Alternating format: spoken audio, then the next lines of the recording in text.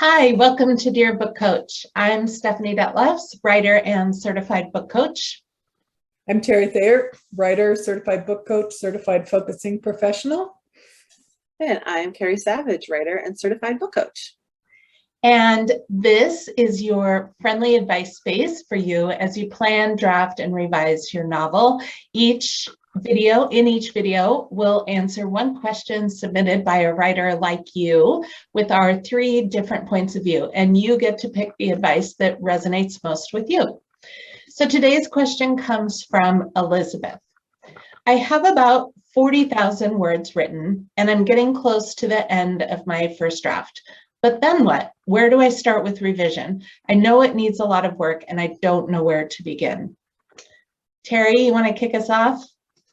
Yeah, I had a teacher, Martha Alderson, who said, when you write your first draft, you really need to stop and take a moment, because many people want to write a book and very few people actually get this far. So her point was, you're a changed person. You are now a person who has written a first draft. So stop and congratulate yourself.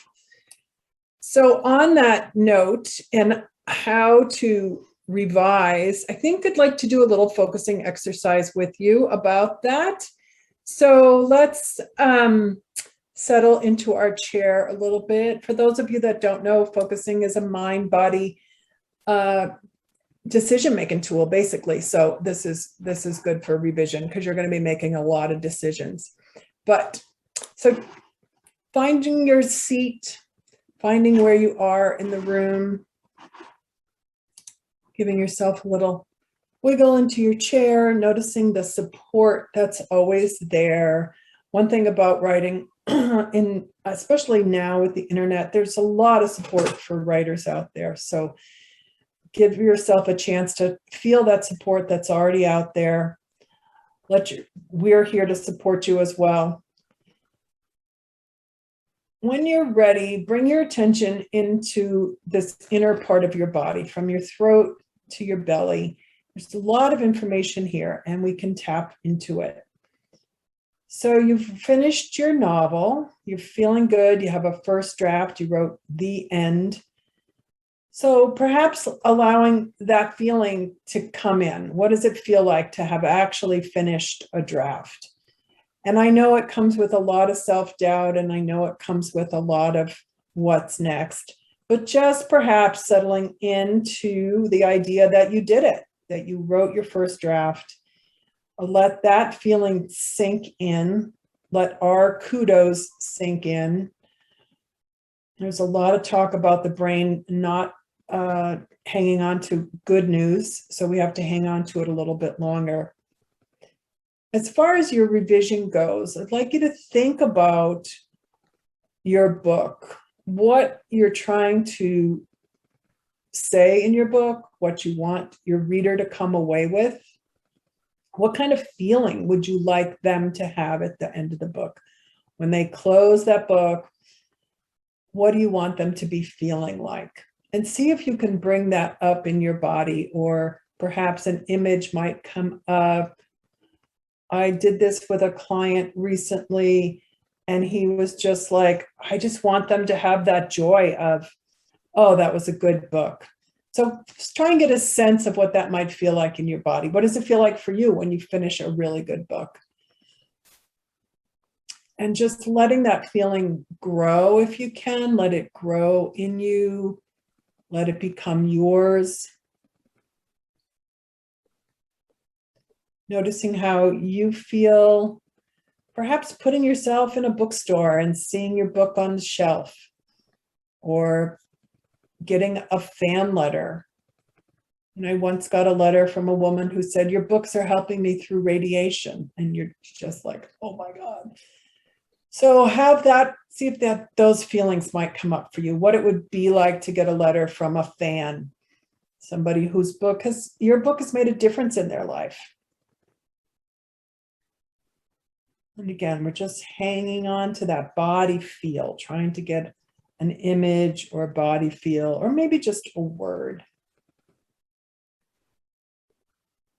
And I'm going to suggest that we come back and open our eyes but use this for as long as you need to. Take some notes, jot down some ideas, come back to this as you're revising. When you're getting lost in the details, try and come back to the overall picture of it with a body feel.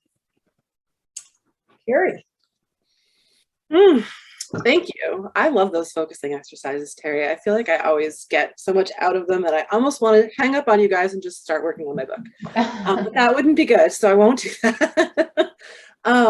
But echoing a lot of what Terry said, I mean, congratulations, first of all. Like, you completed a first draft. That is something that a very high percentage of people who set out to write a book do not do. So give yourself a big pat on the back. Have some Prosecco or champagne, or, you know, do something nice for yourself, get a massage, whatever. But celebrate that accomplishment, because it is definitely an accomplishment. And then do put it away for a few days, at least. Put it away for as long as you feel like you can, because I know from experience, and also from talking to other people who've been at this stage, it's so hard to have a fresh perspective on it, which is what you're going to need when you start revising. You're going to want to come to it with as clean a slate as you possibly can. So the longer you can put it away, a couple days at least, if you can put it away for a few weeks, that's great. I think after I finished my first draft, I walked away from it for a month. And it felt really good. And it also was really good when I came back to it.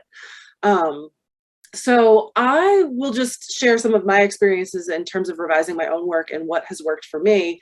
One of the things that I've used is the spotlight method, which is something that Jenny Nash, our mentor and fearless leader, has taught to us, which is basically going through and you're designated red areas, yellow or orange, and green.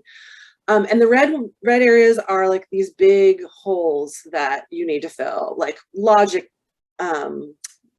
breakdowns, or like big gaps in character development, things like that. So I've gone through and just assessed each chapter. You know, I literally get a note card and outline each thing. And as I'm reading, I'm just jotting down notes as I go. And the thing that's really great about this method is it allows you to triage and gives you a sense of priorities. So you can go back, and I would always recommend addressing the red areas first, because those are your biggest issues.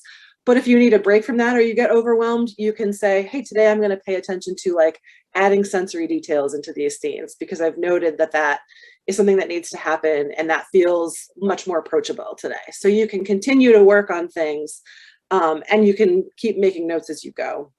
Another thing that my clients hear from me all the time as they're working through first drafts and then moving into revisions is to think about drafting and each round that you're going through as a layer. And as you're writing, using an outline or just some sort of Word document to keep things organized, that you're jotting down things that you want to come back to, pieces that you know you're going to need to flesh out, but you don't want to slow down your momentum on drafting. So you know you're just going to want to come back to it. And so you can note that in specific chapters or places in your inside outline, or you can just have a separate document where you're just sort of noting these things. And then ideally, when you get to that revision stage, you can go through and just knock off a pass for each one of these items. And it gives you permission to just keep that focus there on, okay, on this one, I'm going to focus on this particular theme and making sure that thread is present enough throughout each of the books. And I know that there may be other stuff that I need to work on, but that's for tomorrow or next week or whenever it is. So I guess what I'm realizing I'm saying is that if you can figure out a way to give yourself some focus, that is going to help you from being overwhelmed by all the work that you might feel that you have to do. And there's a lot of work ahead of you, but it's definitely something that, you know, you can do it. And this is, I hope, a way that can organize it and make it more approachable in that way. So yeah, Stephanie, what do you think? Yeah, I just want to third, I guess, the congratulations. It is a huge deal. So definitely take the time to celebrate and honor yourself for that. And I will also second the advice to walk away. I think that it's really a matter of changing hats. When you sit down to revise, you're doing a very different thing than when you're just generating words on a blank page. And so Giving yourself that space allows you to approach it in a new way with a different kind of energy.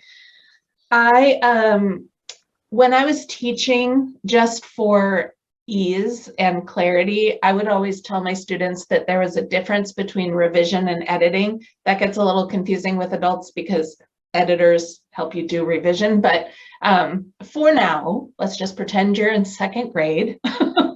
And revision is really looking at those story elements, and editing is more about things like fixing sentence structure and fixing punctuation and spelling and grammar and things like that, finding those words that you repeat over and over and over. That's what I think of more as editing, and I would really encourage you at this point to not worry about any of that if you can help it. I am someone who, if I catch a typo, of course I'm going to fix it immediately, but for the most part, I would, if there's little things like that that you know you need to fix, I would just let those things go for right now, because that's polishing. That can happen later. And right now, like Carrie was saying, there are going to be big things that need revision, big things that need consideration. I would really highly recommend that you get some professional feedback on your manuscript when you get to a stopping place.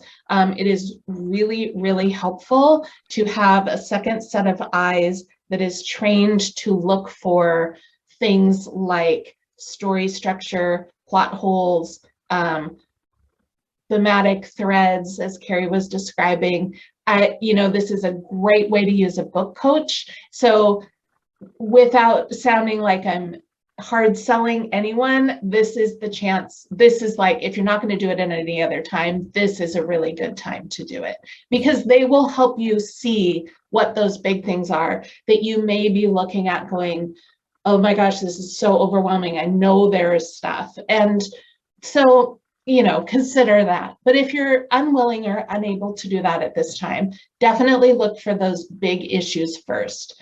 And, you probably also can trust yourself. The focusing works helps so much with that, with just trusting your own instincts. And you probably already know what some of those big things are. And so maybe that's where you start. And a strategy that I love that is really useful is that if you can take a book that is similar to what you're writing, not necessarily exactly the same, but a similar genre that you know really well. Let's say that what that you are struggling with is putting in scenic descriptions, like helping the reader feel the sense of the place that the action is happening in. Then dissect that book for examples of how this author is doing that. What kind of language is the author using? How much space on a page is the author dedicating to that kind of thing? How is it interspersed between events or dialogue? And just study it, use it as a mentor for your own book, and then try to implement some of those same strategies into your book. So that's one tool that I have found really useful for myself. I've done this a lot recently with trying to write the voice of a 13-year-old girl, which I would think would be easy because I was a 13-year-old girl once, but it's actually proving to be a lot harder than I thought it was going to be. So I've pulled a couple of books and I've really been looking at how the author is creating that sense of voice in a first-person narrator. And, things like italics and things like question marks and things like exclamation points and things that add a lot of drama to the language, because it's all about the drama. So anyway, that's just a suggestion. You can take it or leave it, but I hope that it's helpful for you. And that's what I've got. Thanks, guys. I think what we're saying is that it is a big process. I like the idea that you're not going to go through it once. You're going to go through it many times. So give yourself that time, and the layers are really where it's at. And so I hope we've given you some help. That's it for today. We hope you found an answer that made sense to you at this point in your life, at this point in your book. Remember, you can submit your question anytime at dearbookcoach.com and subscribe to our weekly email. You'll be eligible to win a call with a coach. We draw a name each month. Also, during the month of September, we'll be doing a weekly Instagram Live talking about our mentor, Jenny Nash's new book, Blueprint for a Book. So be sure to follow us on Instagram to catch those. We'll see you next time.